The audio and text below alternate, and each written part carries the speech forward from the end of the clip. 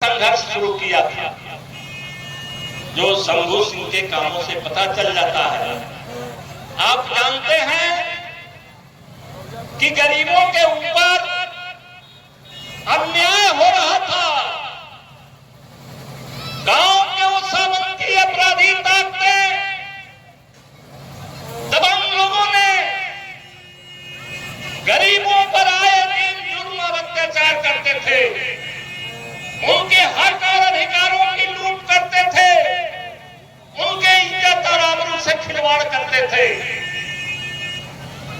हमने इस पर रोक लगाने के लिए और गरीबों को न्याय देने के लिए हमने ये लड़ाई शुरू किया। और यही बात कामरेड राजू और शंभू बेहतर तरीका से समझे और उन लोगों ने ये ठान लिया कि हम ये गरीबों के ऊपर जुल्म नहीं होने देंगे, हम गरीबों के हक हकूक नहीं लूटने देंगे, हम उनके इज्जत आबरू से खिलवाड़ किसी को करने नहीं देंगे। और इसी काम के लिए उन्होंने गरीबों को संगठित करने का काम किया। अब जो सामंती अपराधी ताकते हैं,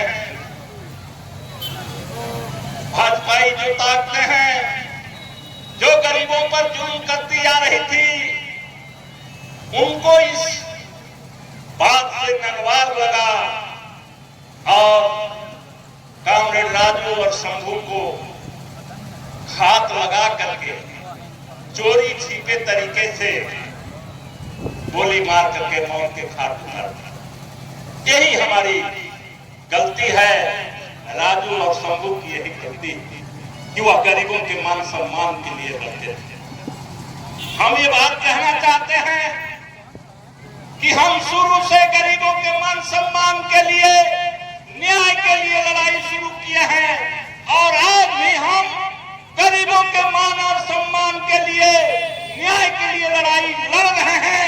और आने वाले दिन में भी हम गरीबों के मान सम्मान के लिए और उनको न्याय दिलाने की लड़ाई लड़ते रहेंगे। हम उन विरोधियों से, उन अपराधी ताकतों से साफ शब्दों में कहना चाहते हैं कि तुम एक राजू और शंभू को मार करके इस लड़ाई को नहीं रोक सकते हो, क्योंकि ये लाखों गरीबों का सवाल है, गरीबों के सवाल है और इस लड़ाई को नहीं रोका जा सकता है। गरीबों के बहुत सारे बेटे पैदा हुए हैं जो इस लड़ाई में अपना गर्दन कटा देंगे, लेकिन अब गरीब जुल्म और अत्याचार को नहीं सहेंगे, अब न्याय लेकर के ही रहेंगे। हम कामरेड राजू और शंभू से यही कहना चाहते हैं कि आप आराम से सोए रहिए। आपने जो सपना देखा था, मन में जो बातें संजोया था, आप चाहते थे कि गरीबों के ऊपर जो अत्याचार मिटे, उनको न्याय मिले, तो आपकी पार्टी, शंभू और राजू की पार्टी भाकपा वाले है और उनके अरमानों को मंजिल तक पहुंचाने में अगर जरूरत पड़ेगी, आज भी भाकपा वाले के नेता और कार्यकर्ता कतार में खड़े हैं, गरीबों के उस लड़ाई को आगे बढ़ाने में लगे हैं। आज हमें ऐसी नहीं है कि हम मौत से डर जाएंगे, अपराधियों से डर जाएंगे, सामंती ताकतों के हमले से डर जाएंगे। ऐसा मत सोचिए। अभी हम उससे बड़ी संख्या में आज लड़ने के लिए आए हैं और लड़ करके तुझको एक दिन खत्म करेंगे, ये हम घोषणा करते हैं। ये शहादत दिवस के अवसर हम गरीबों से कहना चाहते हैं, आपको समझना होगा। आप समझ जाएंगे जिस दिन और गांव-गांव में सभी जाति धर्म के गरीब लोग एकजुट हो जाएंगे, उस दिन हम इन सामंती और अपराधी भाजपाई ताकतों को इस सीवान के धरती से बंगाल के खाड़ी में भेज देंगे। ये गरीब लोगों से मैं आग्रह करने आया हूं और इसलिए हमारी ये लड़ाई जारी है। हम भी इंतजार करते हैं। अब कोई ये समझता हो कि राजू और शंभू को हम लोगों ने मार दिया और उनकी पार्टी रुक गई, ये भ्रम है। मैं बता देना चाहता हूं कि इसी 9 सितंबर को आप लोगों ने अखबारों में, टेलीविजन में, सोशल मीडिया पर देखा होगा। 9 सितंबर को बगल के राज्य झारखंड में वहां जो एक मार्क्सवादी समन्वय पार्टी थी, एक के राय की पार्टी कही जाती थी, जो लोग धनबाद गए होंगे वो बहुत बढ़िया तरीके से जानते होंगे। वो पार्टी 9 सितंबर को भाकपा माले में विलय कर गई।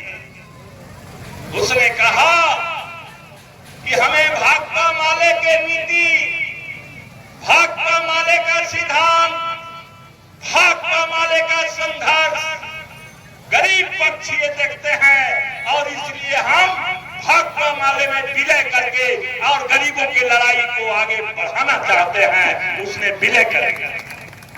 यही नहीं, बात यही नहीं रुकती है। उस झारखंड में बहुत ऐसे छोटे छोटे जो गरीबों के संगठन बने थे अलग अलग, वो सारे संगठनों ने जब इस बात को सुना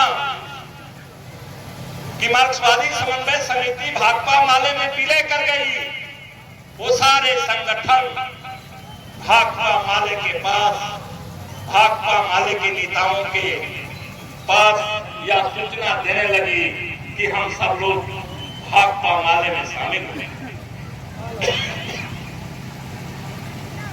जब ये खबरें गई विलय करने की, तो महाराष्ट्र से लाल निशान पार्टी स्वागत करते हुए, इस विलय को स्वागत करते हुए खुद से विलय करने का प्रस्ताव दिया।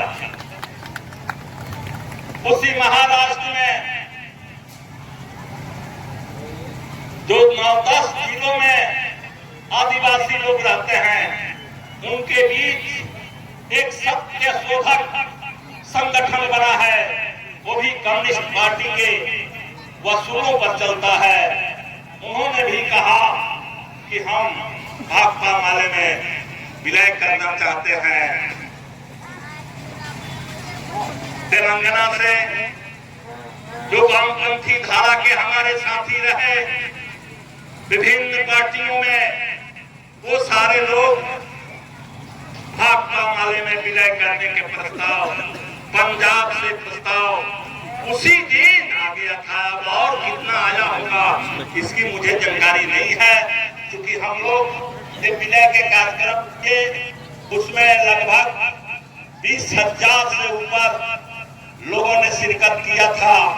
और उसके बाद केंद्रीय कमेटी की मीटिंग शुरू हुई और वहां ये रिपोर्ट आने लगे। ये रिपोर्ट मैं आपको बता रहा हूं कि देश भर में अब लोग समझ रखे हैं कि भाकपा माले ही एक पार्टी है, सच में पार्टी है, जो गरीब गुरबों के लिए, किसानों के लिए, छात्रों के लिए, मजदूरों के लिए, महिलाओं के लिए, सारे लोगों के प्रश्नों पर पूरे मुस्तैदी से सरकार से लड़ती है और आगे बढ़ती है। और सब लोगों का भरोसा और विश्वास भाकपा माले के साथ आज पूरे देश में दिख रहा है। और हमारी पार्टी आज पूरे देश में बढ़ करके और अपना ताकत दिखा रही है। मैं उन अपराधियों से कहना चाहता हूं कि तुम भ्रम में हो। भाकपा माले पूरे देश की पार्टी बन चुकी है। यही नहीं, आप लोगों ने सुना है कि भाकपा माले के 3 विधायक हुआ करते थे, लेकिन भाकपा माले के पास आज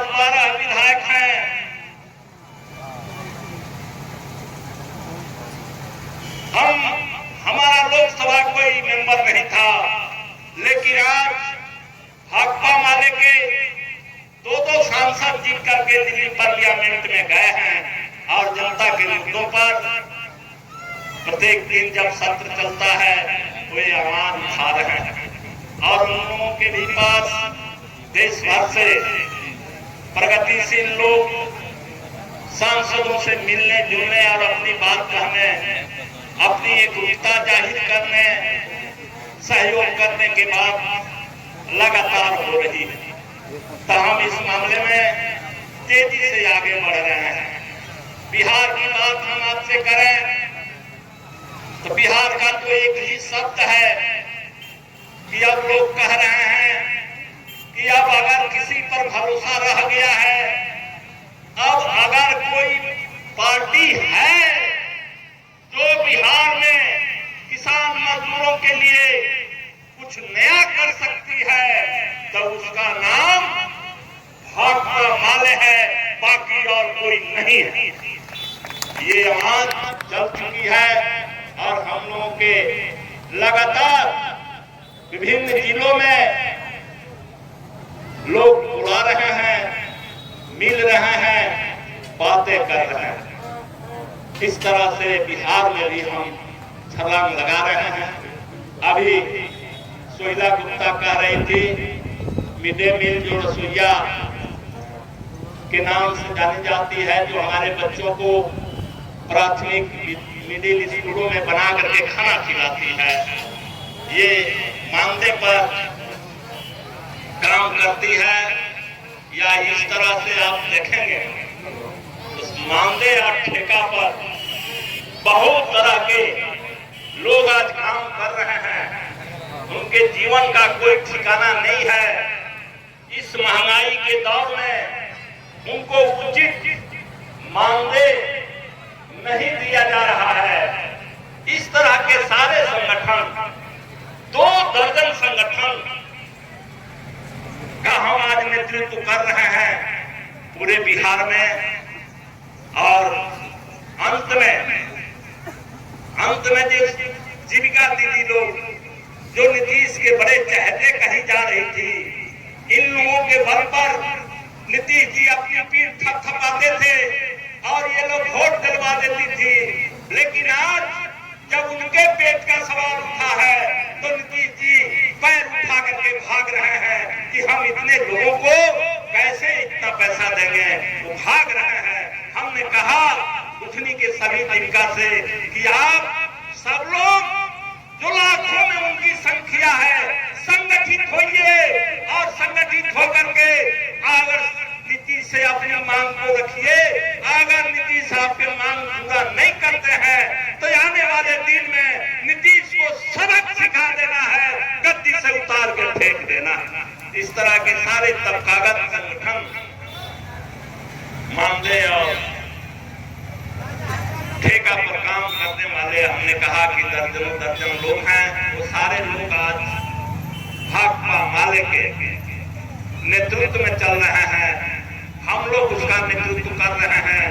हम यहाँ भी सड़कों पर उनसे मिलते हैं और संघर्ष करते हैं और उनकी मांगों को लेकर के हम पटना में हम तमाम मंत्रियों से, मुख्यमंत्री से और अधिकारियों से इस सवाल पर लगातार वार्ता कर रहे हैं, बहस कर रहे हैं कि आप इनका मानदेय क्यों नहीं बढ़ाएंगे, आप इनको सरकारी कर्मचारी का दर्जा क्यों नहीं देंगे।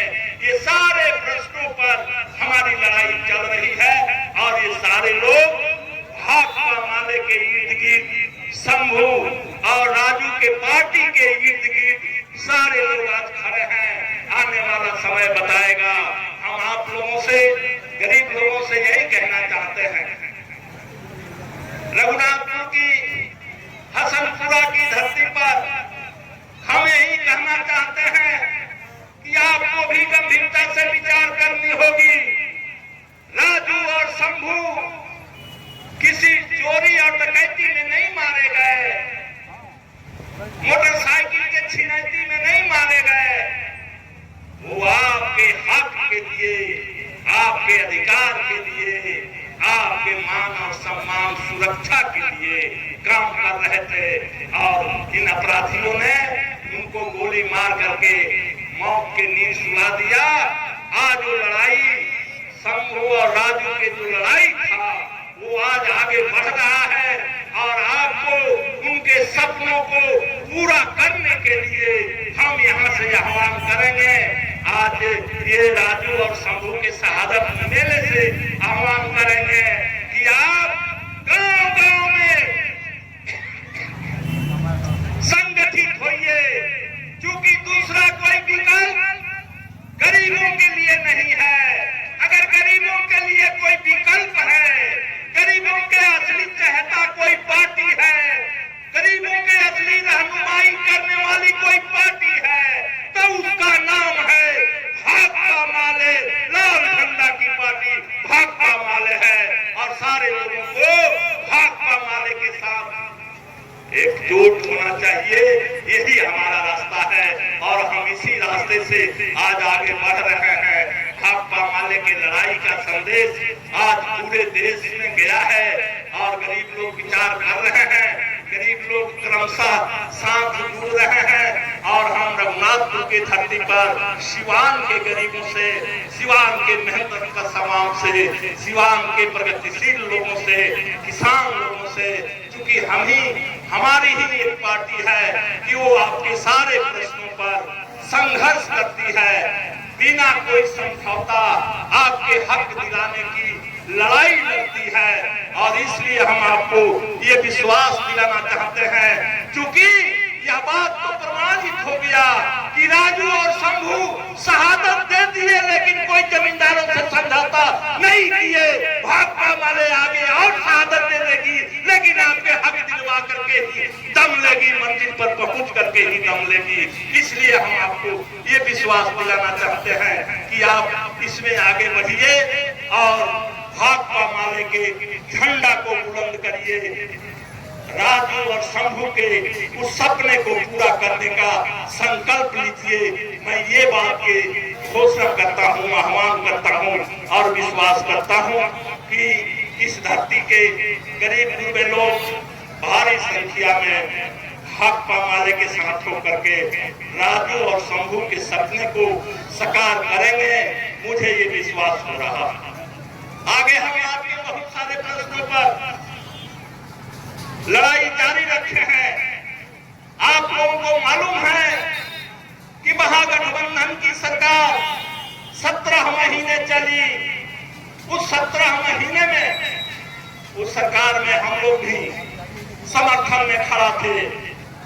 वो सरकार 17 महीना में ही 5 लाख युवा और युवतियों को नौकरी देने का काम किया, पक्की नौकरी देने का काम किया।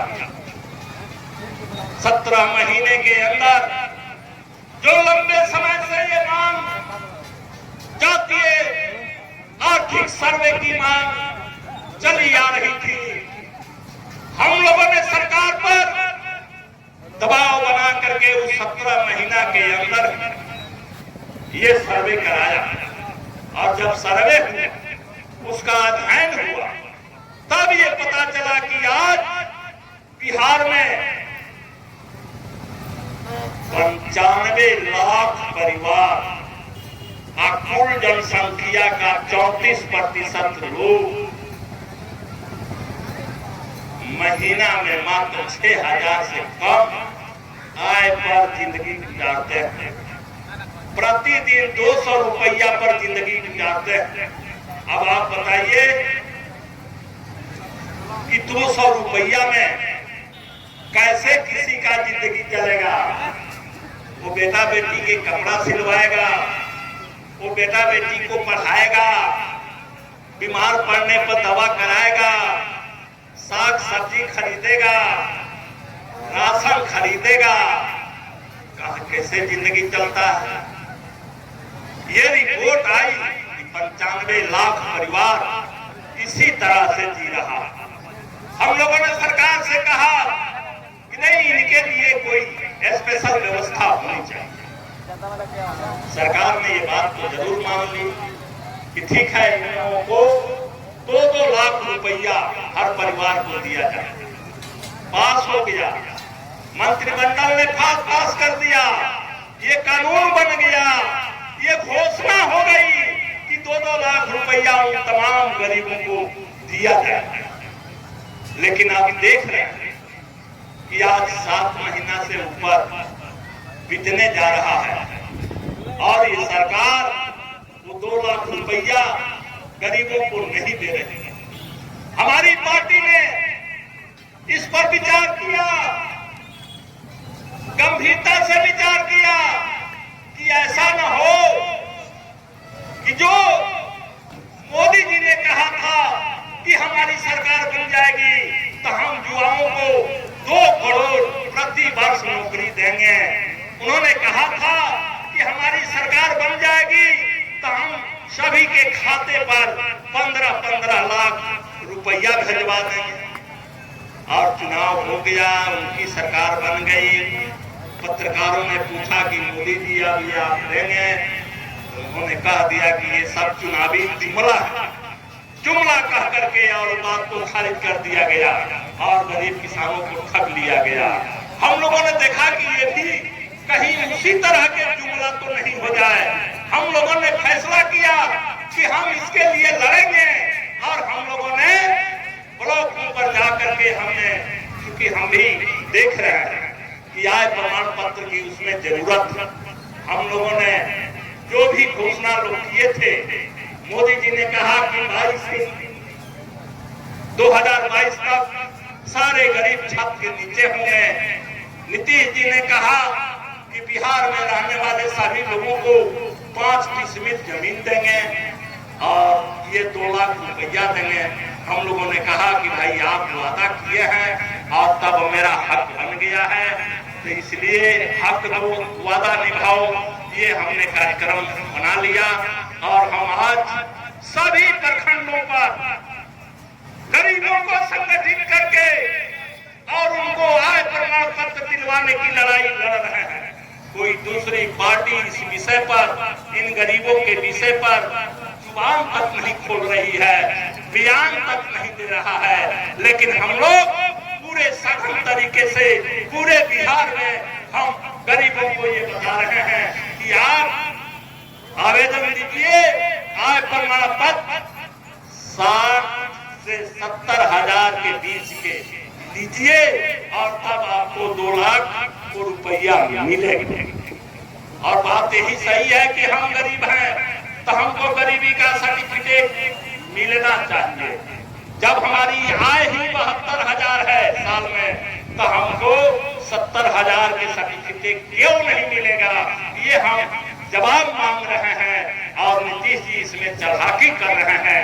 गरीबों को फिर से ठगने का, गरीबों को फिर से धोखा देने का काम शुरू कर दिए हैं कि इधर 2 लाख की घोषणा कर दी और उधर अंचलाधिकारियों को ये इंफॉर्मेशन दे दिए हैं कि 1 लाख से कम के सर्टिफिकेट, आय सर्टिफिकेट नहीं देना। 72 के नीचे सर्टिफिकेट मिलेगा, न गरीबों को पैसा मिलेगा। हम पैसा दिलवाने के लिए लड़ाई लड़ रहे हैं और हमने ये संकल्प लिया है कि हर हालत में हम 70 के नीचे सर्टिफिकेट लेंगे और हर हालत में नीतीश कुमार को 2 लाख रुपया ये 95 लाख परिवारों को देना पड़ेगा। और नहीं तो नीतीश जी आप ये जान लीजिए कि आपको जाना पड़ेगा। ये लड़ाई हमारी जारी है। हम गरीबों के लेकर के सभी प्रखंड मुखियालयों पर हम फॉर्म भरवा रहे हैं और कहीं कहीं तो शुरू हुआ है और कहीं कहीं अभी नहीं हुआ है। जहां शुरू है देख रहे हैं, जहां शुरू नहीं हुआ है वहां फिर हम लड़ करके आगे बढ़ाने का काम कर रहे हैं। तो हम हमारे बारे में, भाकपा माले के बारे में आप किसी तरफ से नजर उठा करके देखेंगे, एक एक प्रश्नों पर आप नजर उठा करके देखेंगे तो हमारा हर कदम गरीबों के लिए है, हर कदम गरीबों के लिए है। वो सिर्फ अखबारों में बयानबाजी, टेलीविजन पर बयानबाजी के जरिए नहीं, हम ही हैं गरीबों के असली रहनुमा कि हम जान भी दे देंगे, संघर्ष तो कर ही रहे हैं। अगर आपके हक को नहीं मिलता है तो हम जान की बाजी लगा करके हम दिलवाने का काम करेंगे। इसलिए ये राजू और शंभू के जो शहादत है यह प्रमाणित करता है कि भाकपा माले ही गरीबों के असली रहनुमा है और भाकपा माले के हक हकूक दिलवाने में जरूरत पड़ेगी तो हमारे ही तरह भाकपा माले के नेता शहीद होंगे, शहादत देंगे, लेकिन आपके हक के लिए लड़ेंगे। तो मैं तो आप लोगों से इस मंच से एक ही अपील करने आया हूं कि आप, एक समय था कि हम लोग एक डेट के बाद एक डेट में मारे जा रहे थे। सोचिएगा 13 सितंबर को साथी गुलाम हैदर जी के पिता, बेटी, भाई की हत्या होती है तो 16 सितंबर को राजू और शंभू की हत्या होती है। इस तरह से एक तारीख के बाद एक अगले तारीख में हम हत्या झेल रहे थे, लेकिन हमने पीछे नहीं हटा और आज हम एक के बाद एक शहादत दिवस मना रहे हैं और आपकी पार्टी आगे बढ़ रही है। इसलिए अब बढ़ेंगे मंजिल तक, आएगा गरीबों के दिन, जाएगा उन सामंती अपराधी ताकतों के दिन जाएगा। इसलिए हम सब लोगों को ये विश्वास दिलाते हुए कि अब आप जगिए, भरम को हटाइए, अंधकार से प्रकाश में आइए। अब आपका दिन आने वाला है, अब इसको कोई माई का लाल रोक नहीं सकता है। भाकपा माले इसके लिए कमर कस ली है, संकल्प ले लिया है और संघर्ष का बिगुल बजा दिया है। हम पहले की तरह अब बहुत निराश नहीं रहेंगे, हताश नहीं रहेंगे। अब हम आगे बढ़ के गरीबों के राज बनाएंगे, सत्ता पर जाएंगे। इसलिए सब लोग हर भरम को दूर करके और आगे आइए, साथ में आइए और अपनी राज बनाइए। मैं इतना ही बात करके आप सब लोगों को फिर से एक बार क्रांतिकारी अभिनंदन करता हूँ, सलाम करता हूँ, इनकलाब करता हूँ। जय भीम, बोल दीजिए जय भीम, जय भीम, लाल सलाम, लाल सलाम। धन्यवाद।